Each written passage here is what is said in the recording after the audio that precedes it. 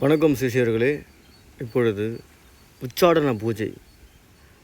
எதிரிகளும் மற்றும் கணவனுக்கு தொந்தரவு செய்யக்கூடிய பெண்களாக இருந்தாலும் சரி, இல்லை ஆண்களாக இருந்தாலும் சரி, யாராக இருந்தாலும் சரி, நம்ம உச்சாடனம் எளிமையாக பண்ணலாம்.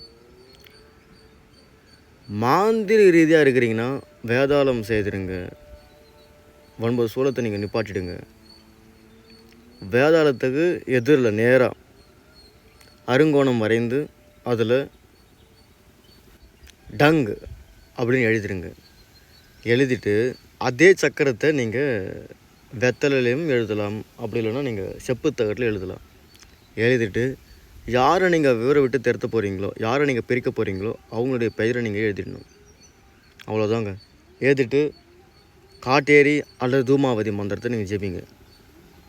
சிம்பிளாக நீங்கள் பண்ணுற மாதிரி இருந்தால் வெத்தலையில் இந்த சக்கரத்தை வரைந்து காட்டேரி மந்திரம் ஜெபித்து 2ஆக நீங்கள் வெட்டுங்க. கத்தியால் வெட்டுங்க. வெட்டிய வெத்தலையை எடுத்துன்னு போயிட்டு ஊர் இலையில் போடுங்க. 100% அவங்க உங்கள்கிட்ட பிரிவாங்க. சரிங்களா? இது நீங்கள் மந்திரவாதியாக இருந்தால்